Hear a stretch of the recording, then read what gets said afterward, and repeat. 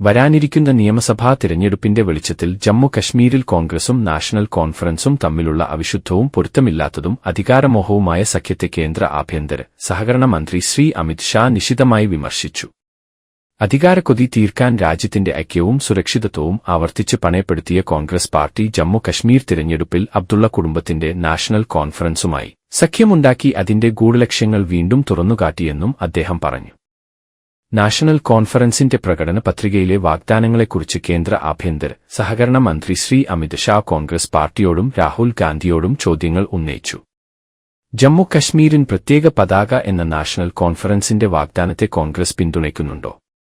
National കോൺഫറൻസിന്റെ പ്രകടനപത്രികയുടെ 27 പേജിൽ ജമ്മു കശ്മീരിൽ തങ്ങളുടെ സർക്കാർ രൂപീകരിച്ചാൽ പ്രത്യേക പതാക പുനഃസ്ഥാപിക്കുമെന്ന് പരാമർശിച്ചിട്ടുണ്ട്.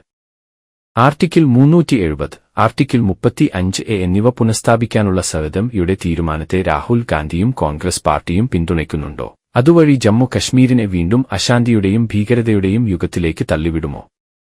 നാഷണൽ കോൺഫറൻസിന്റെ പ്രകടനപത്രികയുടെ 10 പേജിൽ ഈ ഉദ്ദേശം പരാമർശിക്കുകയും പേജ് 27 അത് വീണ്ടും ആവർത്തിക്കുകയും ചെയ്യുന്നു.